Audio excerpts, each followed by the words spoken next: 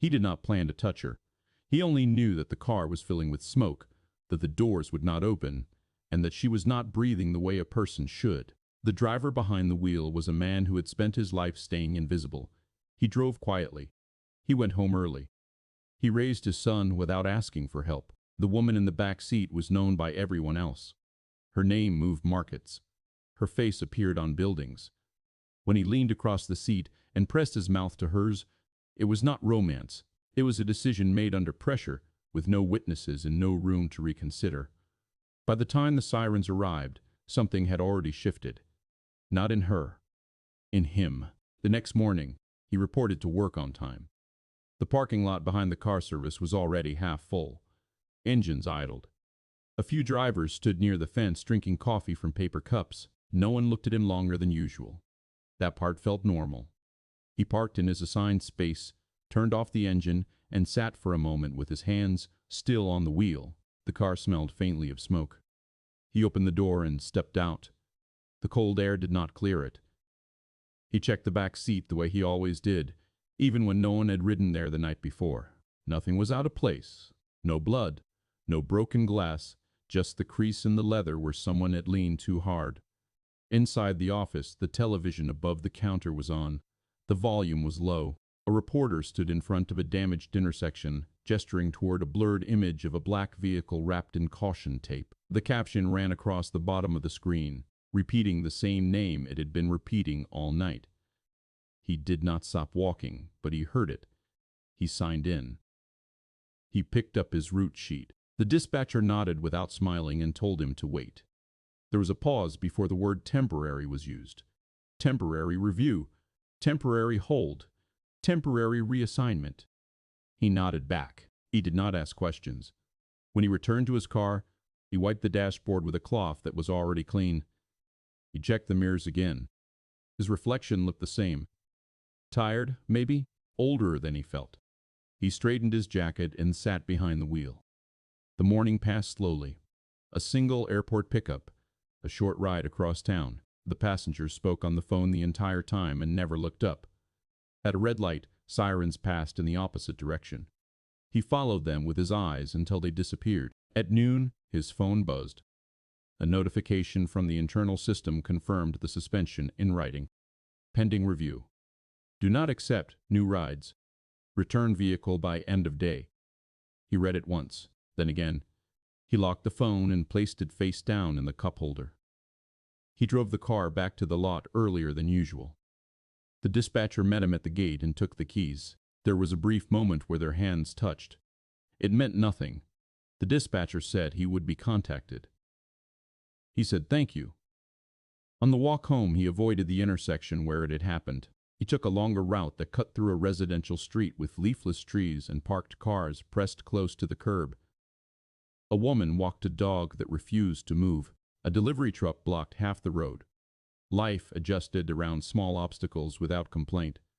At his apartment, he removed his shoes by the door and placed them side by side. He washed his hands longer than usual. The water ran hot. His phone stayed in his pocket. When his son came home from school, he asked what was for dinner. The driver said he hadn't decided yet. They ate leftovers. The child talked about a spelling test, about a boy who got sent to the office for pushing someone on the playground. The driver listened and nodded at the right places. After dinner, he helped with homework. He corrected a math problem and slid the paper back across the table. His son studied it, then erased a number and wrote a new one. The driver watched his hand move. Small, certain. Later, when the child went to bed, the driver sat alone on the couch. The television stayed off. The silence felt different than it had before. Not heavy, just alert. He closed his eyes and the moment returned without asking. The sound of metal. The smell. The way her head had tilted back at an angle that did not look right. He remembered thinking, briefly, that someone else would take over. That there would be instructions. There were none. He had leaned forward because there was no space left to wait. The memory did not come with pride or fear. It arrived as fact. Something that had happened and could not be rearranged. His phone buzzed again. This time, it was an unknown number. He let it ring until it stopped. He did not check the voicemail. Outside, a car alarm went off and then fell quiet. Somewhere, a siren rose and faded. The city returned to its usual rhythm, but the driver stayed still, aware that the quiet he depended on had already been disturbed. It was not over. He woke before the alarm. The apartment was dark and quiet, the kind of quiet that came from shared walls and early routines. He moved out of bed carefully, keeping his weight even, the way he had learned to do when his son was younger and slept lightly. In the kitchen, he filled the kettle and set it on the stove. The click of the switch sounded louder than it should have. While the water heated, he opened the fridge and counted what was left. Milk enough for one more morning.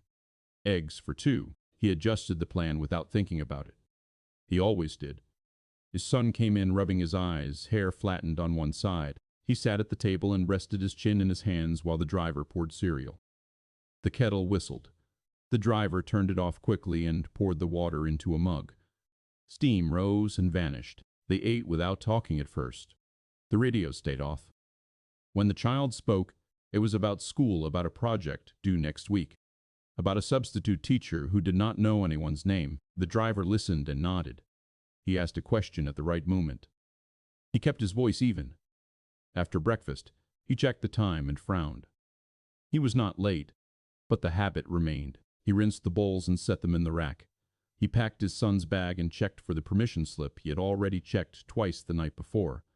Outside, the air was cold and dry. The bus stop sat at the end of the block, marked only by a sign with peeling paint. Two other children waited there. One of them waved. His son waved back. The driver stood a few steps behind, hands in his pockets. When the bus came, it stopped with a hiss of air. The doors folded open. His son climbed the steps, turned, and looked back. The driver lifted his hand in a small wave. The bus pulled away. The street returned to stillness. Back inside, the driver straightened the kitchen chair his son had pushed back. He folded the blanket on the couch and placed it neatly along the arm. The television remote sat where it always did. Nothing had been disturbed. That was how he liked it. Driving had given him that kind of order. Predictable hours, clear rules. A role that did not ask him to explain himself. It did not tell people stories.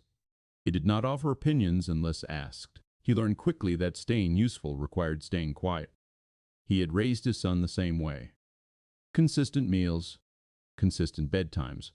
No surprises. The child knew what to expect, and the driver believed that was a form of care.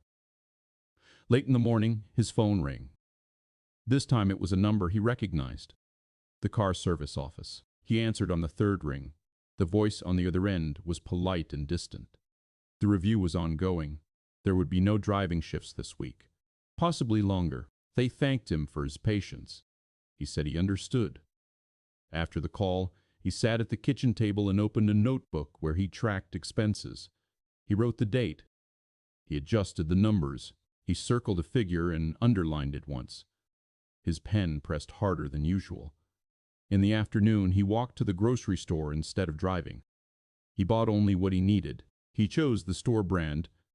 At the checkout, the cashier asked how his day was going. He said fine. On the way home, he passed a newsstand.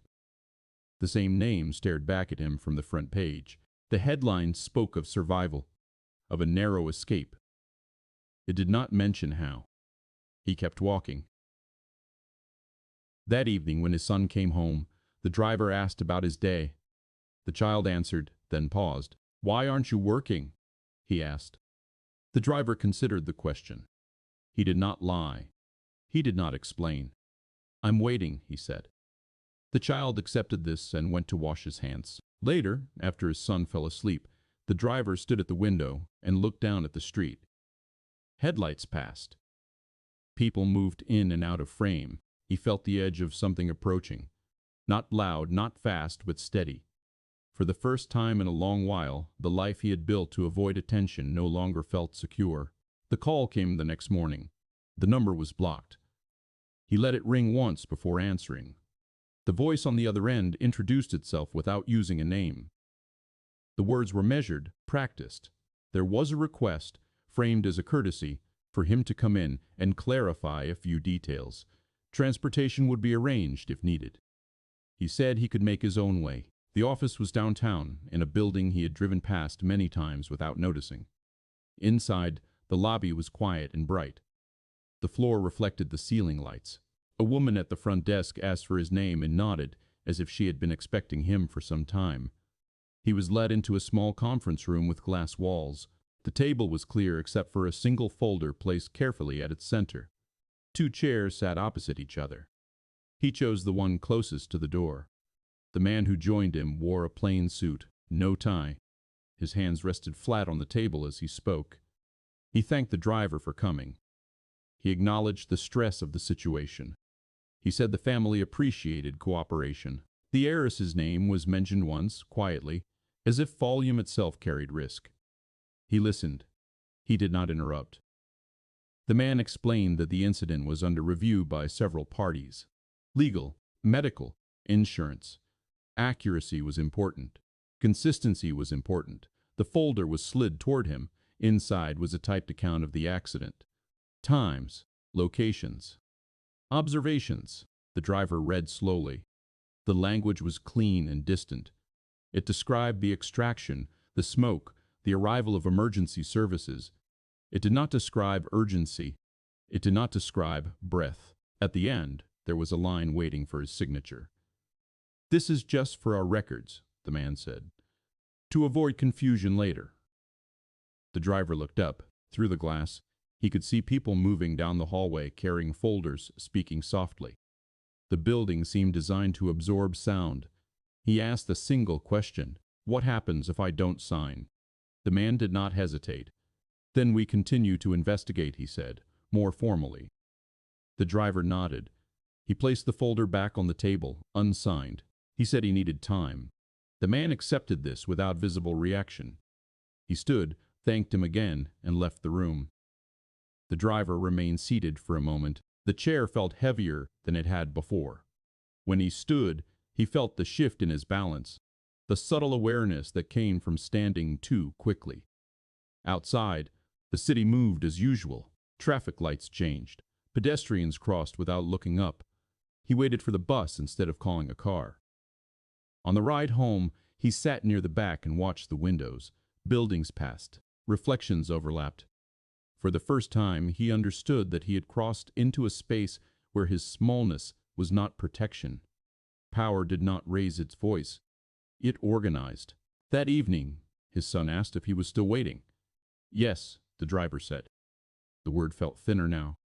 He washed the dishes and set them in the rack. He checked the locks twice before bed. When he lay down, he stared at the ceiling and counted breaths that did not belong to him. The room stayed quiet, but the quiet no longer felt neutral. It felt managed. The memory did not come back all at once. It arrived in pieces, usually when he was doing something with his hands. Turning a key, folding a shirt, tightening the lid on the jar. The body remembered before the mind arranged it. The night of the accident had been ordinary until it wasn't. He had been driving her home from a late event. The streets were mostly clear. She sat in the back seat, quiet, looking at her phone. He did not know what she was reading. He did not ask. The impact came from the side, a sound like something tearing open. The car spun once before stopping at an angle that made the streetlights look wrong. For a moment, there was no sound at all. Then smoke. He unbuckled himself and turned. The back door would not open. He tried once, then again, harder. The handle stayed still. He climbed into the back seat, his knee slipping on something wet he did not look at. Her head was tilted back against the door. Her eyes were open, unfocused. He said her name once, though he was not sure why. There was no response. The smoke thickened. He felt it in his throat. He checked her pulse the way he had been taught years ago in a class he barely remembered. It was there, but faint. Too faint. He did not think about permission. He did not think about consequence. He thought about time. He tilted her head forward, then back. He pressed his ear close to her mouth. Nothing. No movement. No sound. The car creaked as metal settled. He leaned in because there was nothing else left to try. The contact was brief and exact. He sealed his mouth to hers and breathed. Once, then again. He watched her chest and waited. On the third breath, it rose slightly. Just enough. He pulled back immediately. He did not linger. He did not stay close. He turned his head away and shouted for help, even though no one was there yet. When the sirens arrived, they came fast. Doors were forced open. Hands reached in and took over. Someone told him to step back. Someone else asked his name. He answered both. After that, he became unnecessary. The paramedics worked around him, not with him. A blanket was placed around her shoulders. Oxygen was fitted over her mouth. He stood at the edge of the scene, hands shaking, the smell of smoke clinging to his jacket. No one asked what he had done. No one asked why. Later, in the quiet of his apartment, the memory sharpened. Not the impact, not the noise, but the moment before he leaned in. The pause where he understood that crossing that line would change how the night could be described. There was no clean language for it. That was the part that stayed with him now. Not the act itself, but the way it resisted being safely named. The next day, an email arrived thanking him for his cooperation and reminding him that details mattered. He closed the message without replying. Some lines, once crossed, could not be stepped back over. They could only be stood beside, acknowledged for what they were, necessary and unprotected. He sat at the kitchen table and stared at the surface until the grain of the wood blurred. Outside, a car passed too fast and then was gone. The world continued, but the line remained. Clear and alone, the suspension became permanent without ceremony. There was no meeting, no explanation, just an email sent late in the afternoon, written in the same neutral tone as the others. His access to the system was revoked. His badge no longer opened the gate. The message thanked them for his service and wished him well. He read it twice, then closed his laptop. The next morning, he still woke early. Habit carried him out of bed before the sky had lightened. He stood in the kitchen with a mug of coffee and nowhere to be. The kettle clicked off. The sound lingered. When the sun came in, the driver poured cereal and added more water than milk. The child noticed but said nothing. They ate quietly. The bus schedule had not changed. After the door closed behind his son, the driver sat back down at the table and opened his notebook. He crossed out numbers. He rewrote them smaller. He flipped to the next page and did the same. The margin filled with small adjustments that did not add up to enough. He started walking more. He canceled the phone plan with extra data. He sold the old television he rarely used. Each action was small. Each one felt final. The city felt different when he was not moving through it in a car, slower, less forgiving. He waited in lines. He stood close to strangers. He noticed how often people avoided eye contact. A week later, a man called and asked to meet. He did not say who he represented, but the driver understood. They met in a quiet cafe near the financial district. The man ordered nothing. He placed an envelope on the table and slid it forward without opening it. "This is not an admission," the man said. "It's appreciation." The driver did not touch the envelope. The man spoke carefully. He said the family wanted the incident to remain private. He said public confusion helped no one. He said the driver had a child to think about. The driver listened. He kept his hands folded in his lap. When the man finished, the driver pushed the envelope back across the table. "I didn't do anything wrong," he said. The man nodded once, as if noting a detail. He picked up the envelope and stood. There was no argument, no threat, just a quiet recalibration. After that, calls stopped coming. The driver began taking temporary work, warehouse shifts, early mornings unloading boxes, late nights cleaning office floors after everyone else had gone home. The pay was uneven. The hours changed without notice. He came home tired in a way that felt different from driving. His son noticed the smell first. Cleaning solution. Dust. The child wrinkled his nose and then went back to his homework. Meals became simpler. Rice, eggs. Soup stretched across days. The driver kept his tone steady. He made sure his son's routine stayed intact. School, homework, bedtime. But the silences grew longer. One evening, the driver took a call in the kitchen while his son sat at the table, coloring. He kept his voice low, but the apartment was small. Words like statement and liability carried. When he hung up, his son did not look up from the page. "You saved her," the child said. The words were plain, not loud, not questioning. The driver froze. He did not respond right away. He watched his son color inside a line, then go just slightly outside it. The child did not seem to notice. "I did what I could," the driver said finally. The child nodded, as if that settled something, and went back to his drawing. That night, the driver lay awake longer than usual. The child's sentence repeated, not as accusation or comfort, but as fact.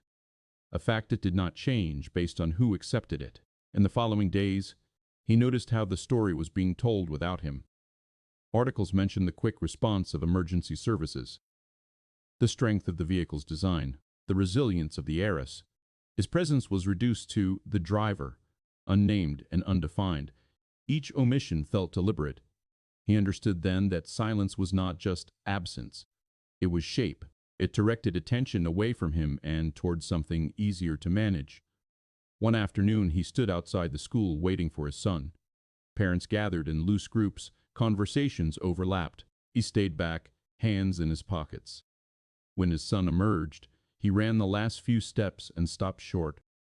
"Did you do something bad?" the child asked. The driver knelt so they were eye level. "No," he said. The answer felt solid. As they walked home, the driver realized that whatever came next would cost more than money or comfort.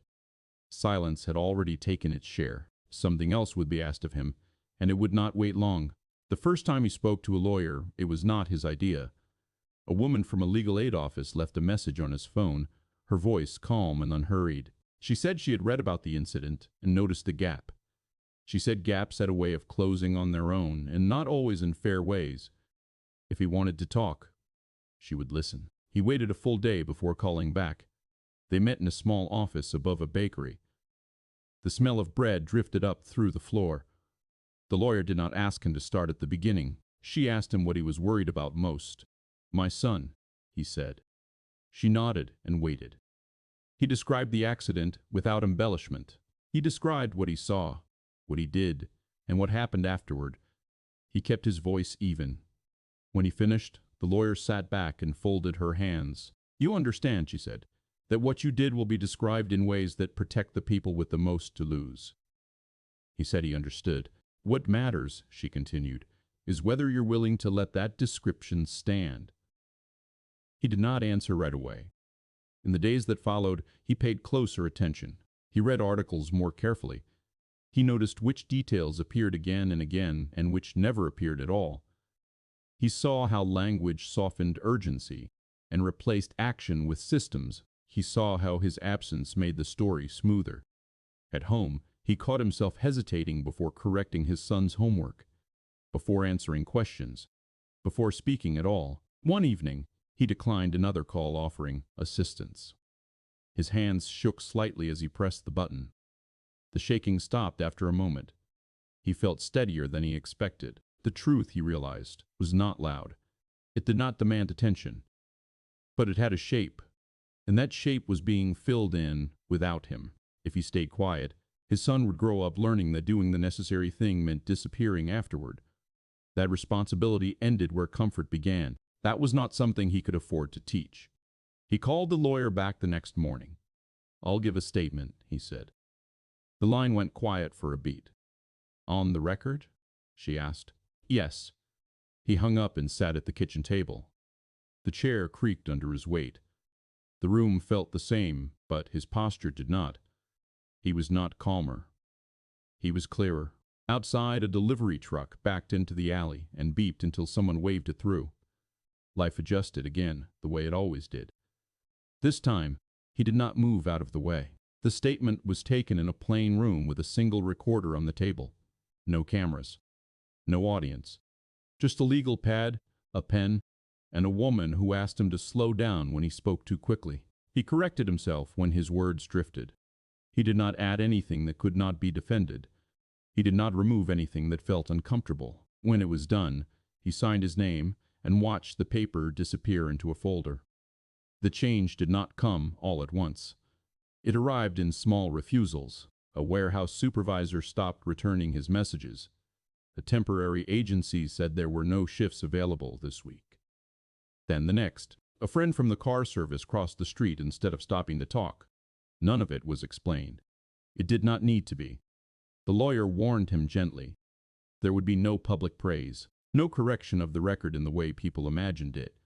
At best, there would be accuracy buried in documentation. At worst, there would be nothing at all. He said he understood. At home, he adjusted again. Earlier mornings, longer commutes, work that paid cash and ended without paperwork. His hands developed small cuts that stung in the shower. He wrapped them carefully before bed so son would not ask. The boy watched him more closely now. Not with fear, with attention. One night, as the driver laced his boots by the door, his son stood beside him holding a jacket. "You're not in trouble," the child said. It was not a question. "No," the driver replied. The boy handed him the jacket. Their hands brushed.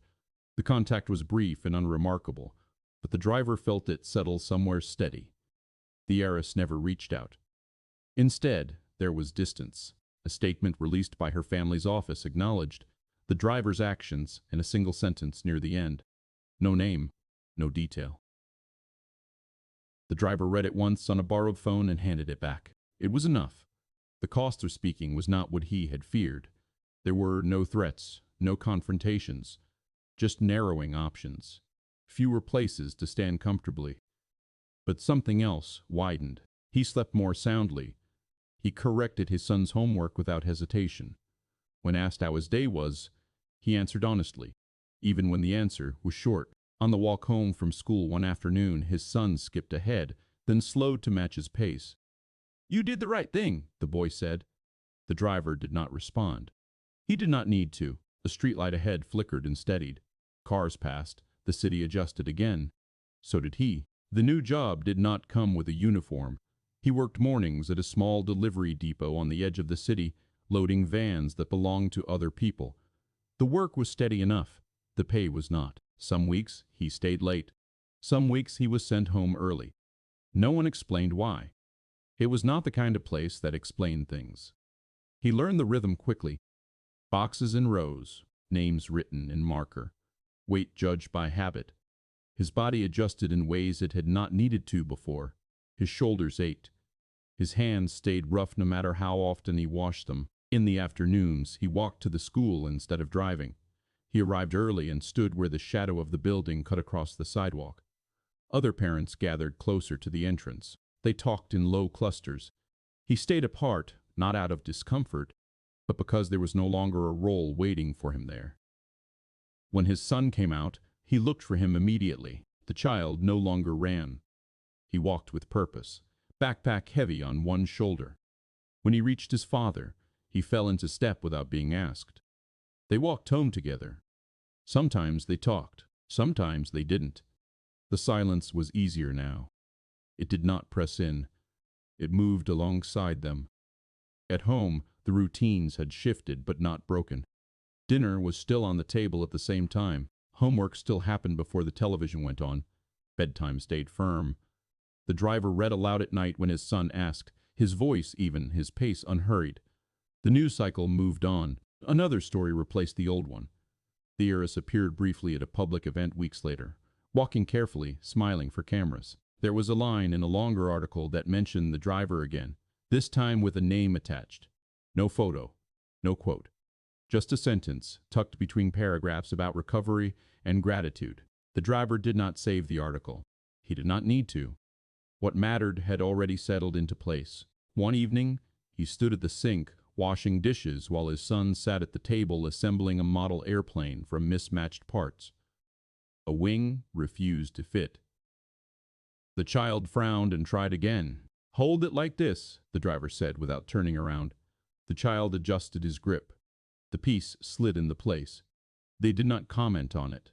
The moment passed. Later, after his son went to bed, the driver sat by the window and looked down at the street. Fewer cars passed this late. A bus stopped at the corner and let off a single passenger. The doors closed. The bus moved on. He thought briefly of the car he no longer drove, of the interior he once kept spotless, of the way his hands had rested on the wheel. That life felt distant now, not lost, just finished. The next morning, he walked his son to the bus stop as usual. The air was warmer than it had been. Someone had swept the sidewalk recently.